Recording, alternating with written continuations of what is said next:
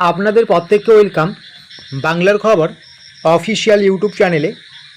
যদি এই বাংলার খবর অফিসিয়াল ইউটিউব চ্যানেলটিতে নতুন হয়ে থাকেন, আপনাদেরকে নিয়ে আমাদের যে বাংলার খবর অফিসিয়াল ফেসবুক পেজটি রয়েছে, অবশ্যই আপনারা আমাদের বাংলার খবর অফিসিয়াল ফেসবুক পেজটিতে যুক্ত হয়ে যাবেন।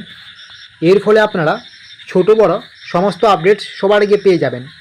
আজ 22শে জুন, যে মুহূর্তে ইউটিউবে ভিডিওটা আপলোড করা হচ্ছে এখন বাজে সকাল 8টা। তো আপনারা জানেন আজকে দিনের মধ্যেই যুবশক্তি প্রকল্পের ভালো কিছু আপডেট আসার সম্ভাবনা রয়েছে। আজকে রাজ্য বিধানসভার বাজেট পেশ হচ্ছে।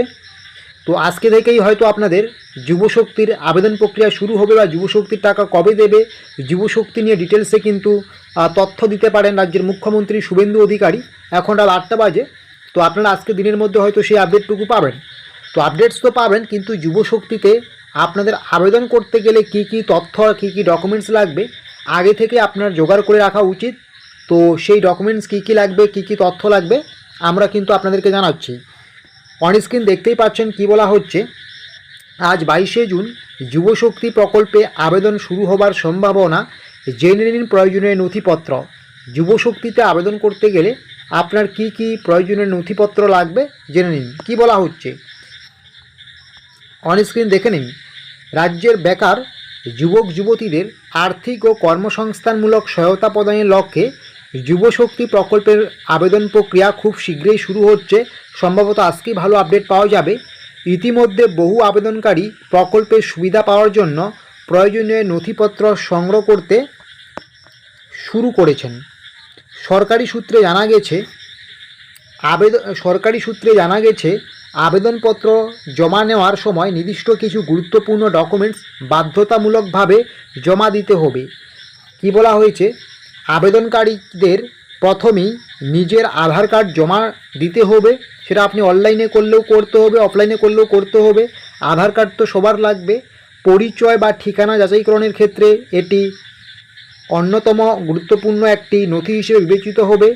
এছাড়াও ভোটার পরিচয়পত্র, ভোটার কার্ড আবেদনকারীর পরিচয় নিশ্চিত করার জন্য প্রয়োজন হবে। অর্থাৎ প্রথমে বলা হলো যে আপনার কিন্তু আধার কার্ড এবং ভোটার কার্ড লাগবে যুবশক্তিতে আবেদন করার জন্য। আপনি যদি যুবশক্তিতে আবেদন করতে চান, অবশ্যই আধার কার্ড এবং ভোটার কার্ডটিকে জোগাড় করে রাখুন, আপনার কাছে রেখে দিন। দ্বিতীয়ত কি বলা হয়েছে, প্রকল্পের সুবিধা সরাসরি ব্যাঙ্ক অ্যাকাউন্টে পাঠানোর জন্য প্রয়োজনীয় আবেদনকারীর ব্যাংকের পাসবইয়ের প্রথম পাতার 1 কপি ছবি জমা দিতে হবে। পাশাপাশি আবেদনপত্রে একটি সক্রিয় মোবাইল নাম্বার দিতে হবে, যাতে আবেদন সংক্রান্ত সমস্ত তথ্য বা আপডেট পাওয়া যায়। আপনি অনলাইন করলেও আপনার একটা মোবাইল নাম্বার লাগবে, অফলাইন করলেও কিন্তু একটা মোবাইল নাম্বার লাগবে, অ্যাক্টিভ মোবাইল নাম্বার। এটা কিন্তু ডিটেলসে সরকার জানিয়ে দেবেন যে আপনার অফলাইন না অনলাইন কোনটা করতে হবে। এছাড়া এখানে বলা হয়েছে ব্যাংকের পাসবুকের ছবি জমা করতে হবে, কিন্তু আমি বলবো যুবশক্তিতে আপনাদের কিন্তু ব্যাংকের পাসবুকের ছবি জমা নাও করতে হতে পারে, কারণ যুবশক্তির টাকা কিন্তু আপনাদের ডিবিটি লিঙ্কের মাধ্যমে দেওয়া হবে। যেহেতু এখনও অফিসিয়াল নোটিফিকেশন জারি হয়নি, তাই আপনারা কিন্তু অবশ্যই ব্যাংকের পাসবুকটাকে লিস্টে রাখবেন। তারপরে কি বলা হয়েছে, আপনারা জানেন যে যুবশক্তির টাকা পেতে আপনাকে মাধ্যমিক পাস করতে হবে। তার জন্য কি বলা হয়েছে, যেসব আবেদনকারী সংরক্ষিত শ্রেণীভুক্ত তাদের ক্ষেত্রে কাস্ট সার্টিফিকেট জমা দেওয়া বাধ্যতামূলক হতে পারে। যদি আপনি এসসি হয়ে থাকেন সেই সার্টিফিকেট, এসটি হলে সেই সার্টিফিকেট, ওবিসি হলে সেই সার্টিফিকেট জমা দিতে হবে, তাই সেই সার্টিফিকেট সংগ্রহ করে রাখবেন। শিক্ষাগত যোগ্যতার প্রমাণ হিসেবে মাধ্যমিক পরীক্ষার অ্যাডমিট কার্ড এবং মাধ্যমিকের মার্কশিট বা মাধ্যমিকের সার্টিফিকেট কিন্তু আপনাকে জমা দিতে হবে। এই বিষয়গুলো কিন্তু আপনাকে মাথায় রাখতে হবে। এছাড়াও আবেদনপত্রের সঙ্গে একটি সাম্প্রতিক পাসপোর্ট সাইজের রঙিন ছবি, আবেদনকারী নিজস্ব স্বাক্ষর আপলোড বা জমা করতে হবে। সমস্ত নথি পরিষ্কার ও সঠিকভাবে জমা দেওয়ার পরামর্শ দেওয়া হয়েছে, কারণ ভুল বা অসম্পূর্ণ তথ্যের কারণে কিন্তু আবেদন বাতিল হতে পারে। তারপরে কি বলা হয়েছে, বিশেষজ্ঞদের মতে আবেদন করার আগে সমস্ত নথিপত্রের তথ্য ভালোভাবে মিলিয়ে নেওয়া উচিত।